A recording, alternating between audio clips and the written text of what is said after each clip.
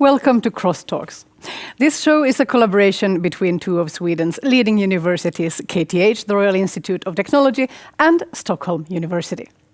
This is the 21st episode of this series, and if you're curious about the other 20, just look under the headline Previous Talks to find them waiting for you.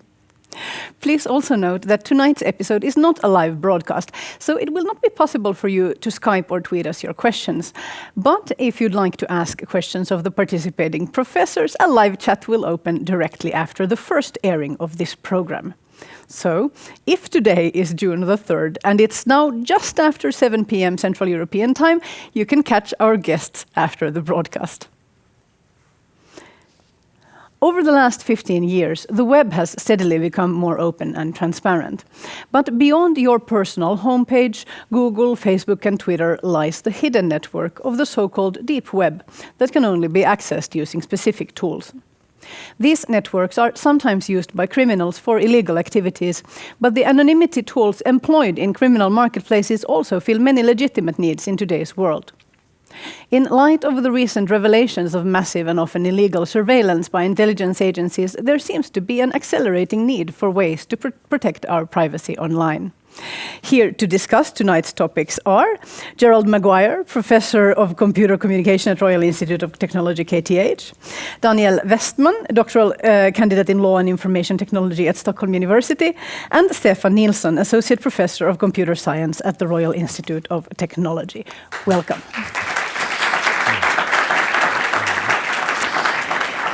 So, Stefan, if we start with the deep web, how would you describe this?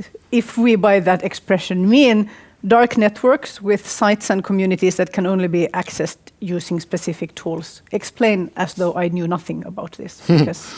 Well, the web is a place that I think none of us really does understand because it's so new, it's so big, and we only see a very small part of it, even if we're experts. So to me, the deep web is not perhaps so much about the secret places where people meet and we can't know about it. To me, perhaps the biggest secrets that have been revealed in the last few years is what we've been learning from Edward Snowden's revelations, that people are in fact surveying what we're doing, and pretty much everything we do on the net leaves permanent traces in databases in several places in the world. And that is perhaps the big secret about the deep web. So many of us have this idea that when we do things online, there are some traces, or there's a practical information. I write something and what I type can be read by people all over. That idea that if you post anything on the internet or if you send an email, it's the equivalent of shouting it in a square or so on. But there are also some more insidious ways of watching these data streams. And some of them are not about the words and the specific content. And then beyond that, there are secret places. There are things on the internet that I can't find in my ordinary browser, so to speak. Absolutely. And my guess is that the largest part of the net is such that you can only see it. And that is accelerating as well. You find it more and more difficult to access even common documents. We have services like Quora, for example, that contains a lot of exciting articles, scientific articles, that you really have to give up your personal information to be able to access. So that's a somewhat worrying trend as well. So, and that, of course, is also the partly hidden part, part of the web. So we have sort of gated communities, and then we also have, I guess, secret societies. Absolutely. Maybe my metaphors are fumbling here. I'm sorry. Gerald, how secure do you think that the anonymity tools that are available now are? Some of them are called things like Tor, Tails OS. They're basically insecure. Okay. There is known techniques to be able to engineer the communication paths that are used through Tor. There are papers about it. There have been papers about it for many years. There are timing, latency attacks, etc. for it. Basically, the sense that many people have that it offers any anonymity is largely fictitious. But certainly, I mean, these anonymity tools, so some of them are pseudo-anonymity tools. Pseudo-anonymity tools. Yes. Let's see if we can get some other opinions about this later on the show. But for now, let's call them that. Certainly, they are more private than my ordinary browsing. I would disagree with that. I think that if you're doing it online, if someone has the technical means and the interest, there's basically nothing that you do that isn't going to be observed and isn't observable. from a technical point of view. Whether they're going to waste time observing you or doing anything with that data is a completely separate matter. Okay, Stefan? I agree with Chip that certainly from a technical perspective, it's an almost, or perhaps even entirely impossible technical problem to solve to get real anonymity. But that being said, it's also a question of cost. Using Tor obviously gives problems for the spy agencies. You can see that from their internal documentation that we've been able to read during the last year.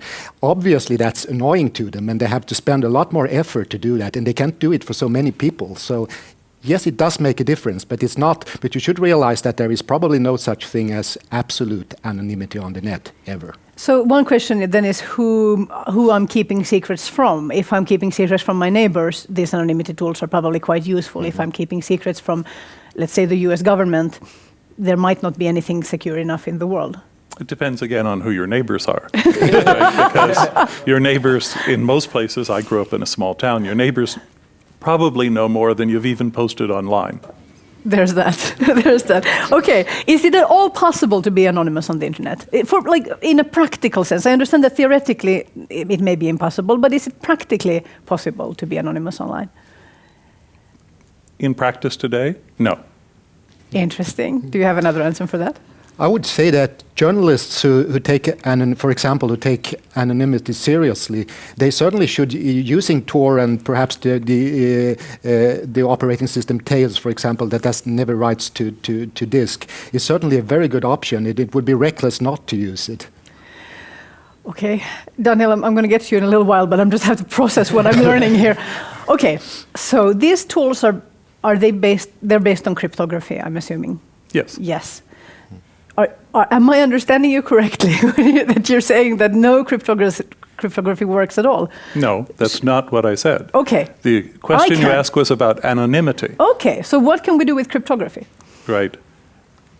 If you want to protect what you're communicating, we know things like one-time pads, which at least as far as we know, are still not broken. It's very questionable about nearly any encryption algorithm that there is, whether or not it's broken. We simply don't know that. We only mostly know the ones that have been broken. But the ones that still are unbroken or unannounced that they're broken, we don't know. But one-time pads work really quite effectively. So if you wanted to have a communication that was secure and private, you could do that. And your cell phone today holds enough bits that if you could ensure yourself of the other person who you're communicating with, giving them the one-time pad, you'd have essentially perfect security, but not anonymity. I see. Anonymity is something very different. So my information is secret, but the path it takes will not be. No, even the path it can be anonymized and made more difficult. But the fact that if you communicate for any significant period of time, it's going to be found out who you're communicating with. So how does a one-time pad work? Is it very complicated for me to use? No, it's actually trivial. It's one of the oldest known approaches that there is. You take a bit stream, you have a pad, you XOR one with the other, and then without the key, it's just random bits. The hard problem is you have to generate a truly random sequence, and that's hard. And the second thing is you have to physically distribute it to the other party you want to communicate with, and that's costly. Yes. Right? And if anyone gets a hold of it, well, you've just lost all of your security. Okay.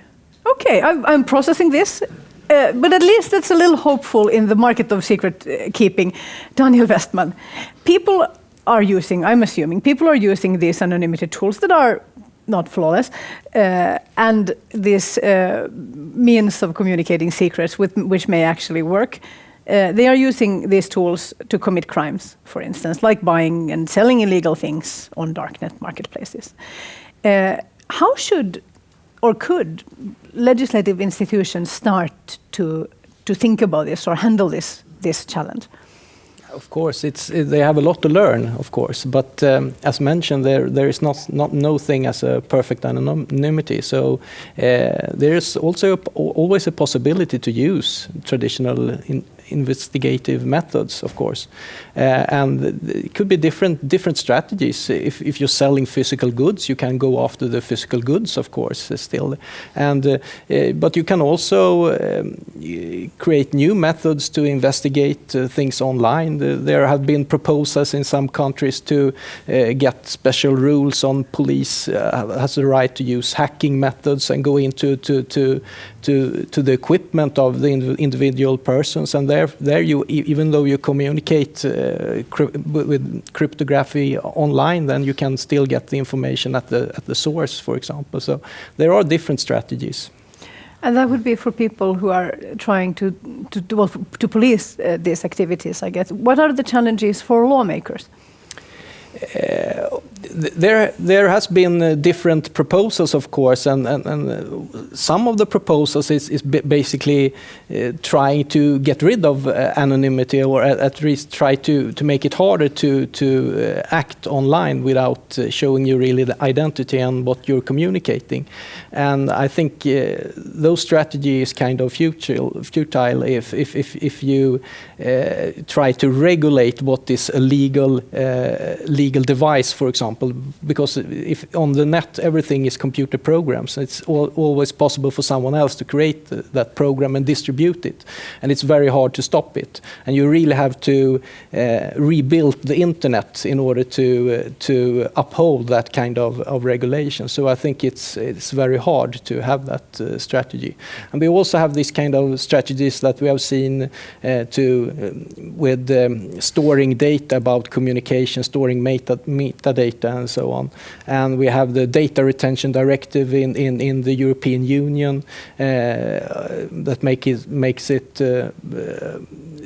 up for the telecommunication operators to store data, and that has been declared invalid by the European Court of Justice because the lack of proportionality when it comes to right of privacy. So it's a hard question. So the lawmakers. Would you say that the lawmakers understand the issues? No, no one, as mentioned earlier, no one fully understands the policy consequences of the internet, and we have to try to move forward, learn more, and discuss these issues, and we don't see the final policy conclusions today, I think. Will we ever be able to have any kind of final policy solutions on a national level for something that essentially has no geography, like data or it has a geography, but the data moves across it disrespectfully of borders. It's of course it's hard, but of course there are points of regulation that is local. For example, you can regulate internet service providers on the receiving side. For example, Telia and Bredbandsbolaget in Sweden. You can regulate what they have to do, and they have to block certain content, and they have an obligation to store traffic data and so on. So there's a point of regulation, of course, and then you can also have working together, cooperation between different nations and on investigation method and help each other out and so on. But of course, it's very hard to. You don't want to have a cooperation with the Iranian government trying to find a person and so on. So it's of course, as long as we don't have the same rules and views on how to regulate the net, it's hard really to have a cooperation on helping each other out with finding criminals, because we have very different. We look upon criminals in very different way. Who's a criminal? Who's not? Who's a freedom fighter? We're going to add a voice for privacy into this conversation. Joining us from Boston via Skype is Andrew Lewman, Executive Director of the Tor Project. Welcome to Crosstalks. Hi, thank you. Andrew, could you tell us what the Tor Project is? Sure. The Tor Project is a research organization that works on anonymous and provocations, and we mostly produce research. And we also produce software, the most popular which is the Tor browser, which is a simple, easy way to download, be private online, control your information, and go from there. What would you say are the main motives behind the Tor project? User empowerment. We want the users to be in control of what's collected about them and who they share it with. So earlier, Gerald argued that Tor doesn't actually offer anonymity. It's a sort of pseudo-anonymity. How do you feel about this? He's obviously welcome to his opinion. We have 15 years of research that shows that Tor does work, and national intelligence agencies who are telling us that Tor stinks because they can't break it and it does work. It works so well, they're angry. That's a clue, at least. Or are they? I mean, maybe they're pretending. But if they cracked it, would they tell you? I'm starting to become very paranoid as a part of this conversation. I don't think they would tell us. I don't think they would tell. And the documents we're looking at are at least 4 or 5 years old. So maybe they've already cracked it and they kept that secret. And that Snowden was not given access to those documents. It's clear. So I'd like to ask everyone in the studio, even if it's not possible to be totally anonymous today on the internet, is it still important to try? Is it important for regular people to be able to use the internet without giving up their identity or their data, for instance, by using Tor? Absolutely.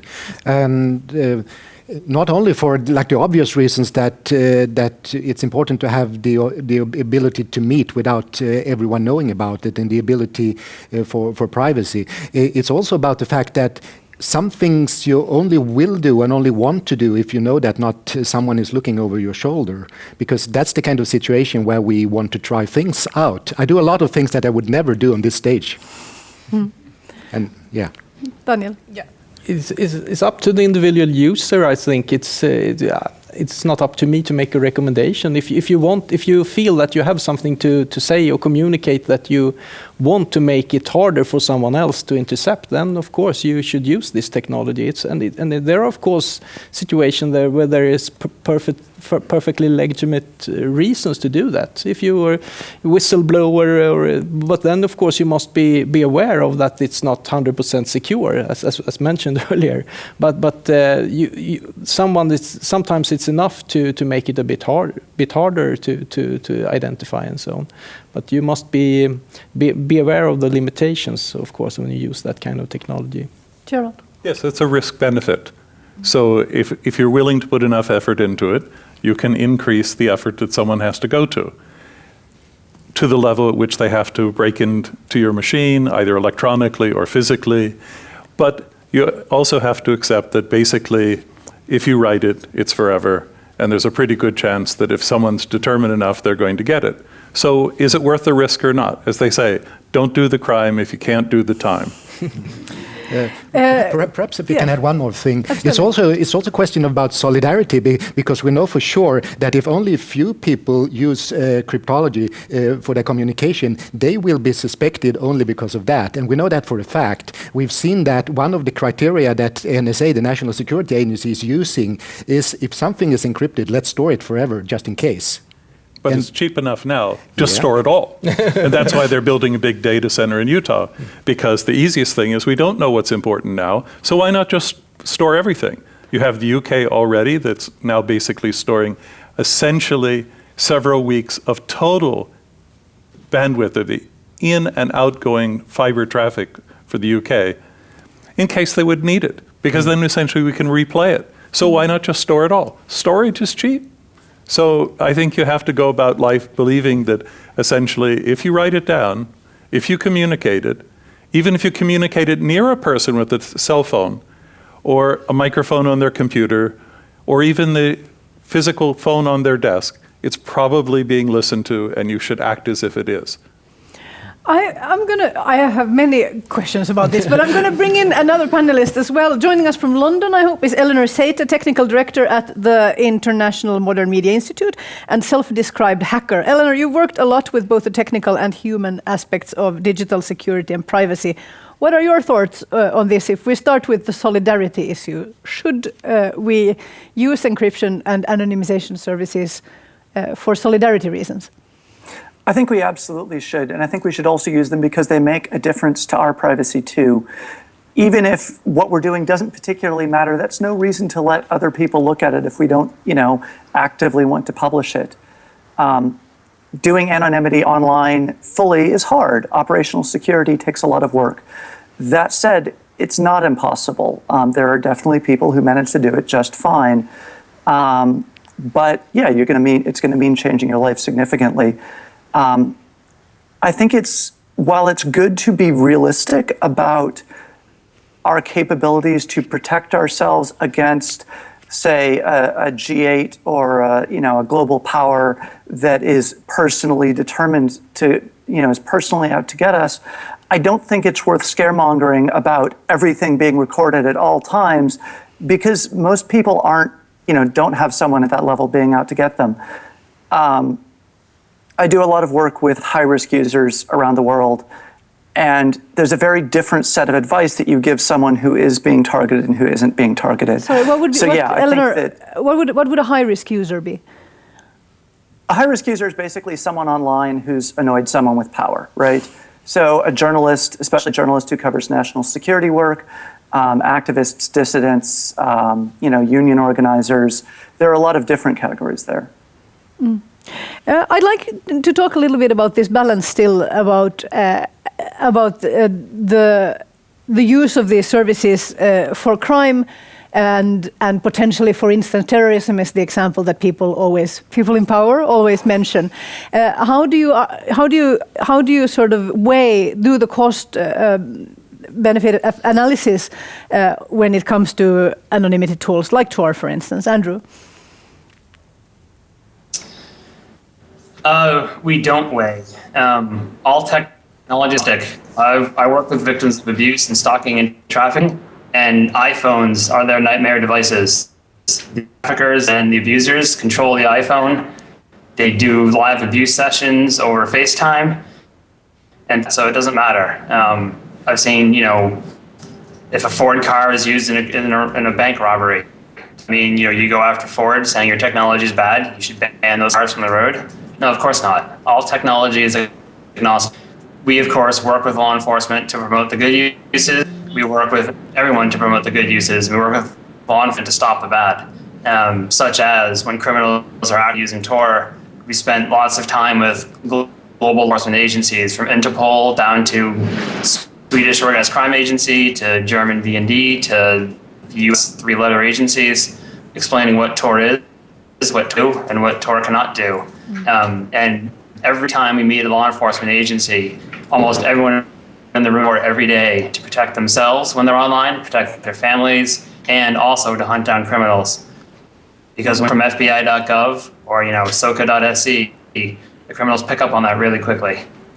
So it's balanced. We're out there promoting the good uses of these and work with law enforcement to stop that. Eleanor, what's your view on this balance? So the death of privacy and the death of our ability to maintain our privacy online is basically the death of free will, right? Security agencies and corporations, when they gather data, are gathering that data to be able to influence our actions. If we don't have tools that let us maintain our anonymity and prevent people from spying on us, then we don't get to choose how we act in the world. Being a citizen and being an adult means accepting a certain degree of risk in the world. I believe that these tools are, on the balance, vastly helpful. And yeah, there may be a few cases where bad actors achieve some degree of capability that they wouldn't have had without them. But we're adults. We live with risk every day. And if we don't accept that risk, we lose all of our freedom. Do you have any responses to this? Do you agree, Daniel? Yeah. A comment is that, of course, there are technical solutions to the privacy problem, but you should not forget the policy solutions, because, as mentioned earlier, it's not really possible to win against some actors based on technology. It's a technology war that you can't win. So there is an important policy question here. We must discuss the borders for example, what the national security agencies are allowed to do, but also regular law enforcement. So you have a lot of policy issues to discuss here and strike a fair balance, and to uphold traditional human rights, for example, when it comes right to private life, and balance against other interests and so on. Stefan? These kinds of universal attempts at universal solutions, either technical or policy decisions, tend to be very difficult because the internet is used for so many things. Let's say an anonymous forum that could be used by, let's say, recovering alcoholics, which would be a self-help group, and I think pretty much everyone would say that's a very good use for an anonymous forum. But on the other hand, the exact same forum could be used by anorectic girls to help them learning about how to starve yourself to death. And I mean, how do we make the choice there? Obviously, one is good, the other one isn't. So, and I think the solution isn't trying to come up with a general policy or general technical solutions, but rather try to meet these people in their personal life instead. So that's one of the answer models that's often suggested, saying that this isn't an internet problem at all. This is like trying to legislate what we use highways for. So these are cultural issues, and that the existence of the internet is somehow irrelevant.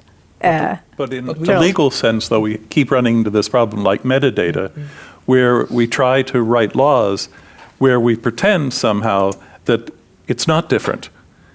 And the difficulty is, in some cases, for technical reasons, it is very different.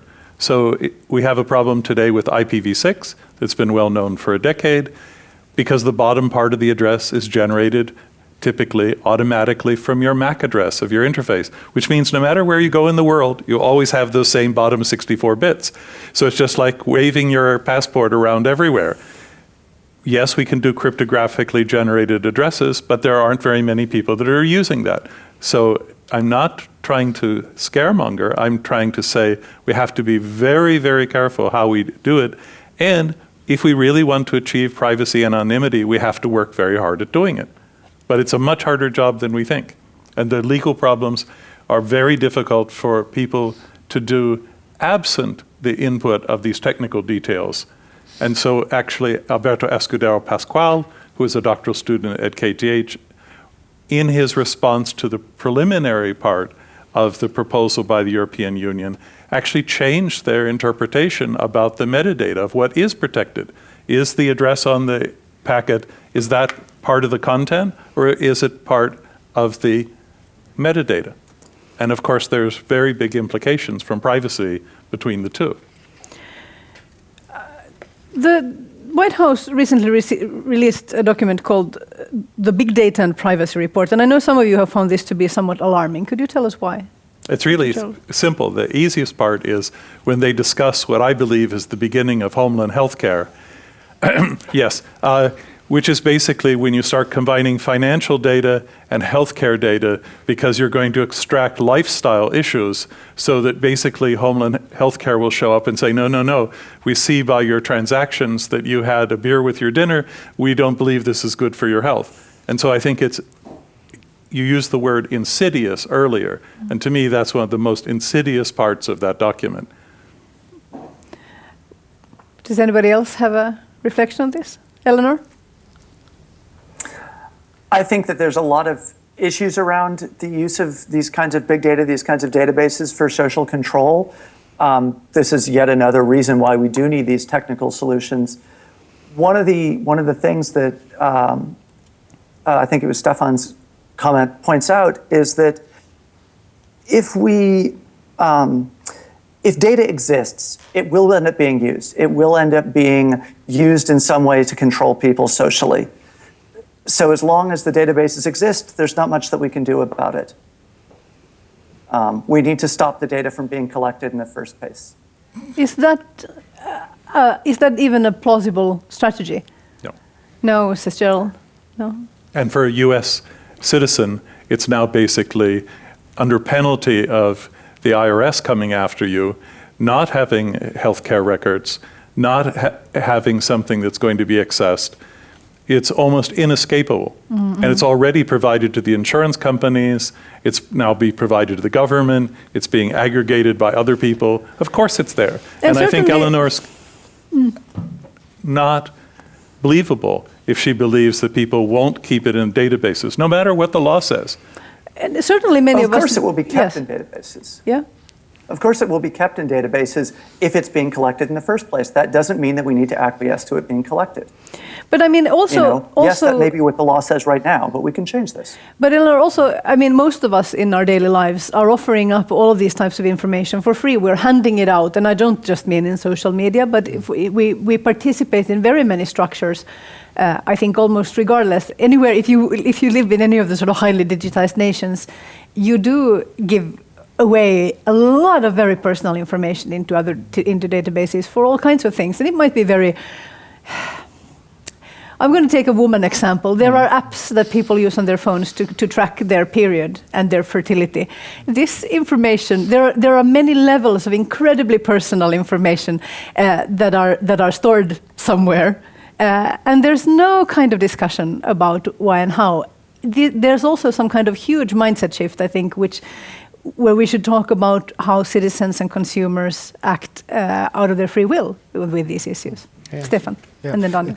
One interesting way is that when we talk about mass surveillance, because collecting metadata, that is in fact mass surveillance. You could even say, sometimes you hear the term, it's only metadata, but when you think about it, that's actually who talked to whom, who was at the same place, at someone else at the same time. That's kind of almost exactly the definition of surveillance. Mm-hmm. Without even looking at what people are saying, you get a lot of information.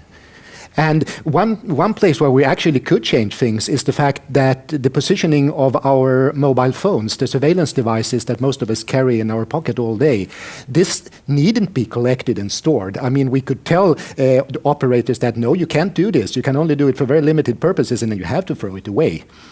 What we do is kind of the opposite. And one of the perhaps most alarming things I've learned from the Snowden documents is that there seems to be at least 10 research groups working on a project called Co-Traveler. And what they are doing is to use this massive amount of information about exact positions of people and trying to do data mining and finding, I was close to Johanna a little bit more often than Johanna would have expected. There is something going on there. Yes, that's right.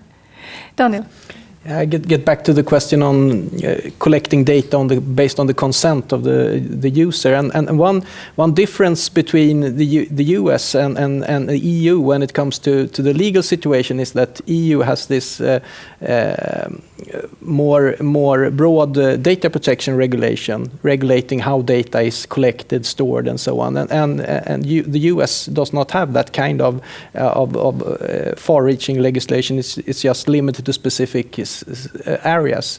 So that's a big difference. But then to get back to your question, the problem is that we put a lot of trust in data protection, put a lot of trust in the individual user's consent to protect themselves. If you give your consent to use something, then it's okay to process the data. And there, of course, you have a policy question because you click in, you accept all kind of user agreements in different situations, and then you hand out your data. And maybe is it really? Can we really say that people can look after and realize the full consequences for their privacy in this situation? Or should the state go in and say, even though you have the consent, you can't do it like this? That's a policy question. Daniel, are there any states that are looking out for privacy first? I think we have in many countries have strong privacy protection. For example, Germany, and you can also see that the German view on data protection and personal integrity has affected also the EU. You can see this court case I mentioned earlier from the European Court of Justice declaring the data retention directive invalid.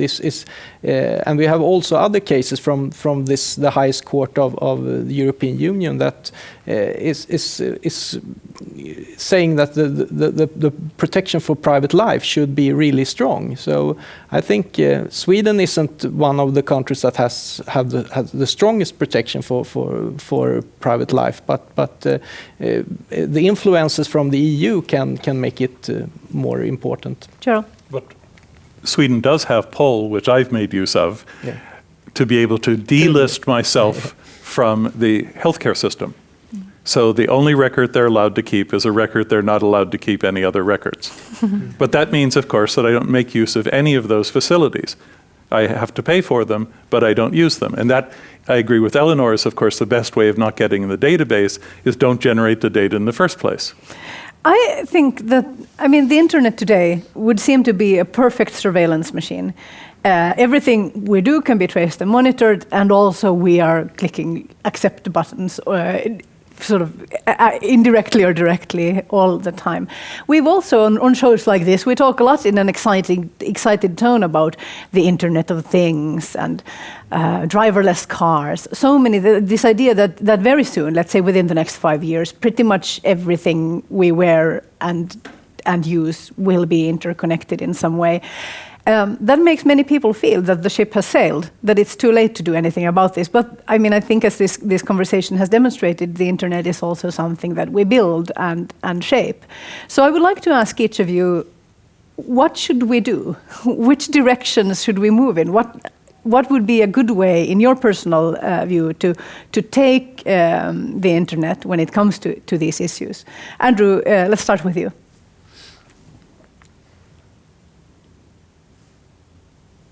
Hello, Andrew? Sorry, it was Yeah. mute went off. That's right.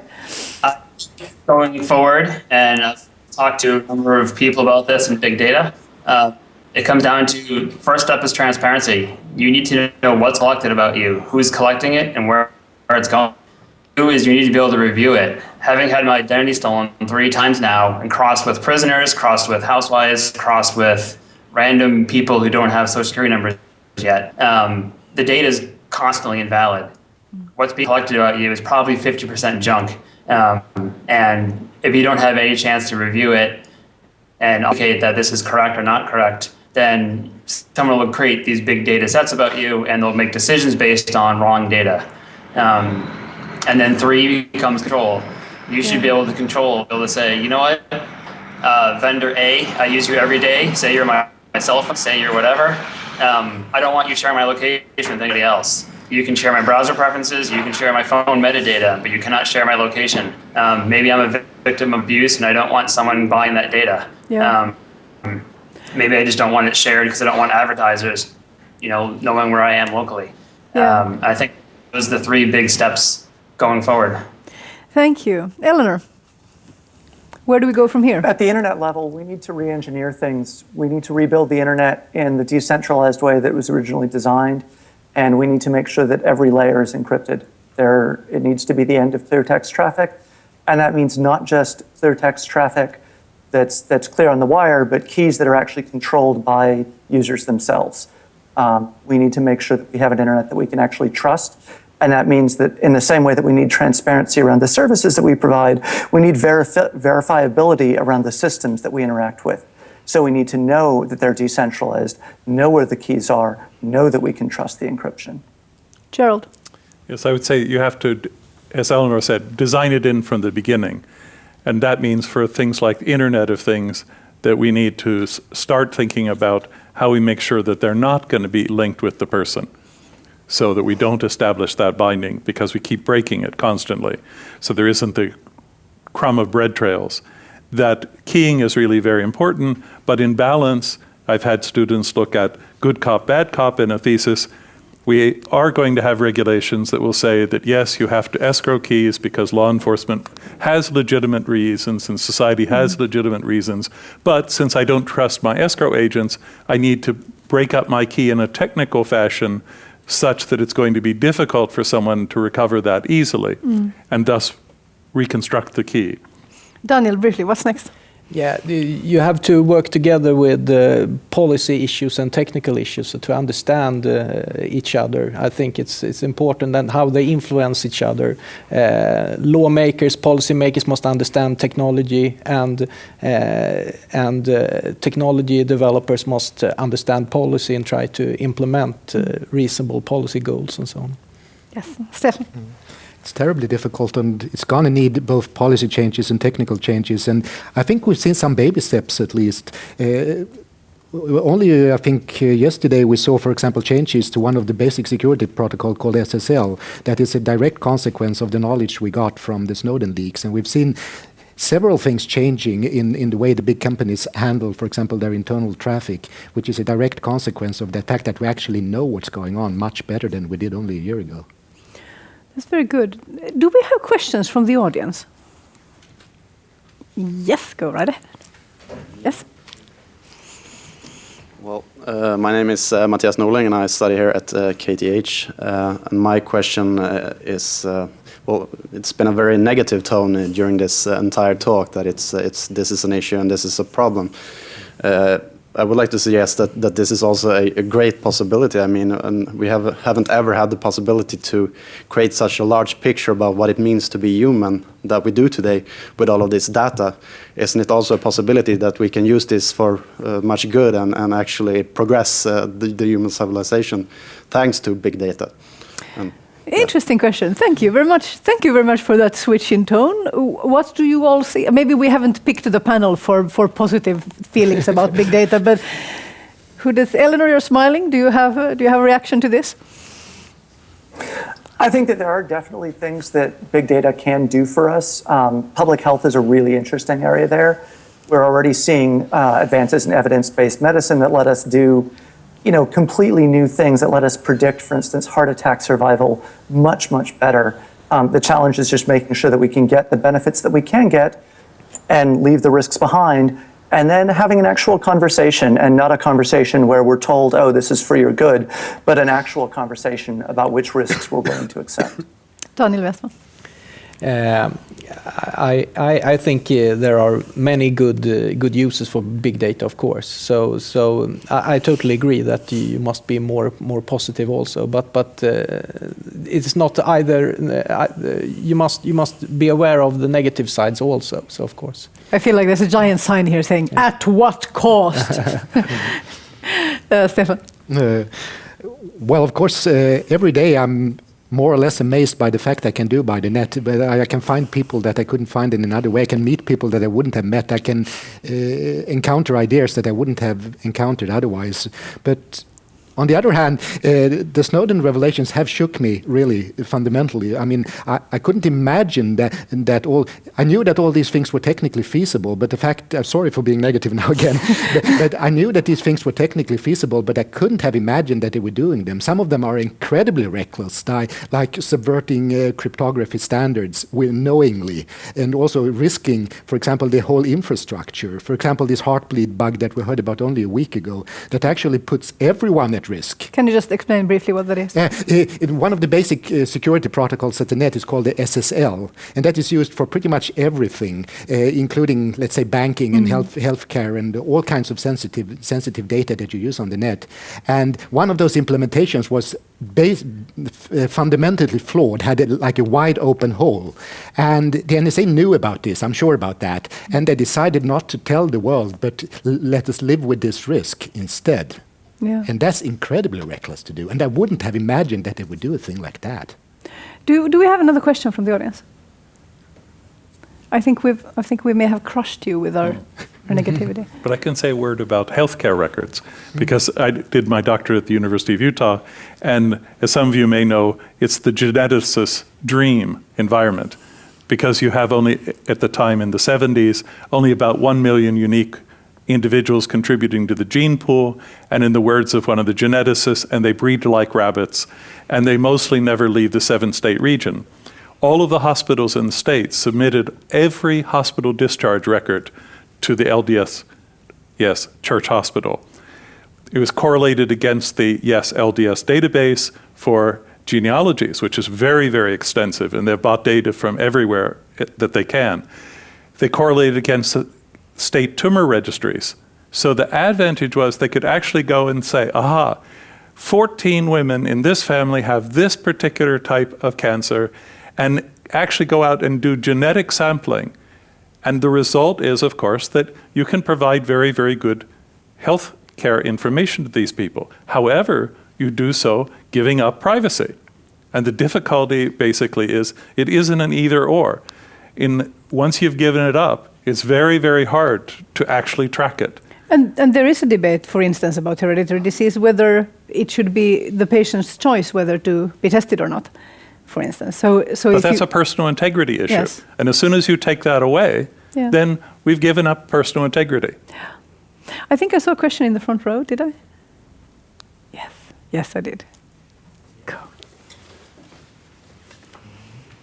Hello, my name is Birkin. I'm an exchange student here in KTH. And we did a research in the beginning of the year concerning with social media, and our slogan was, "The internet never forgets." And recently I read an article about the Google Glass used in California, especially in the Silicon Valley area. And a bunch of Google Glass users got punched in the face in the middle of the street because they had a Google Glass. And I see this as an alarming rise of concern of personal privacy and wearable technologies, as you stated before, are an upcoming trend.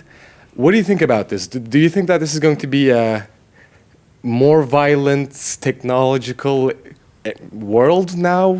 Or like, is Google Glass a better thing? Is the worst thing? Does wearable technologies help the darknet, or, you know? It's a pretty open question, but I hear what I hear is: are we heading fast towards a cyberpunk dystopia? But Stefan, I have no idea. Projections going further than a week or perhaps a month about the internet tend to be wrong, so I pass on that one. Daniel. But it's a trend that new technology, you usually get fears for privacy. That is usually the thing. When the data, the big computers in the 1970s, there was a beginning. This was a fear from what could be done by this initial reaction. So I think it could be useful to have that initial skeptical reaction. But probably in a couple of months you get over that reaction when it comes to Google Glass. Everyone wears it. So and it's also interesting to see how will all this affect our view of what is privacy really. So in the long run, maybe someone looks at next generation looks at privacy, what's private, what's not, in a totally different way. What is the body? That will also change. All these borders can be dissolved. So. I realize I'm going to make an executive decision now based on all the worried looks in the audience. I think we should be constructive. I would like practical advice from each of you. Let's just do a very brief round because we're running out of time to answer this question. How do you all think we should act in our everyday lives in the light of all of this surveillance, for instance, going on and all of these risks that you have so eloquently charted out? Could you tell us like one practical thing to do? Let's start with Stefan. Yeah, let's use cash. It's faster, it's anonymous for sure, and you don't have to worry about the card working or not. That's great. Let's use cash. In not all places accept cash anymore, but where possible. If they don't accept cash, choose someone else. Okay, that's good. Daniel, what would you suggest? I don't know. I don't really have that kind of simple solution to that question. I pass on that, I think. Okay, Gerald? I think you just have to live every day committed to the things that you do. The things that you believe in doing, you do them. And the things that you don't agree with, you don't do it. You simply say no. So the stores that don't accept cash, I don't shop in anymore. It's very straightforward. Mm-hmm. If a bank's now going to say, no, you can't take cash out, which some banks are leaning to in Sweden, I'll say, fine, there are other banks. Mm. Eleanor? I think that it's useful to, where you can, support initiatives that are actually changing the larger structures. And this is actually an everyday action. There are a lot of projects out there that would love support, and helping and pitching in to help build that infrastructure will make a huge difference in 10 or 20 years. That's solid advice. Andrew Lewman. I'm going to echo what I've heard in that there are not some simple solutions. Gerald's solution sounds really good, depending on your situation. And I agree with Eleanor that upgrading, supporting organizations that support change are a fantastic place to start. Yeah, I'm going to add in that case, maybe we should look at using this anonymity and cryptography tools where possible. People who don't know how to do that, like me, should look into it very carefully and soon. And maybe another one, at the risk of sounding like a total hippie, live in your truth. That is, try to live in accordance with your values if possible, because if you live in a society where that is possible. Because having secrets doesn't seem to work anymore. So hypocrisy is pretty much going fast. All right. You know what? That's all we had time for this evening. Don't forget that you can chat with our professors who are moving backstage to do just that. Please give a big hand to Gerald Maguire, Daniel Westman, Stefan Nilsson, Andrew Lewman, and Eleanor Saitta. Crosstalks will be back on September 18th with 2 brand new topics. Until then, be safe and be brave.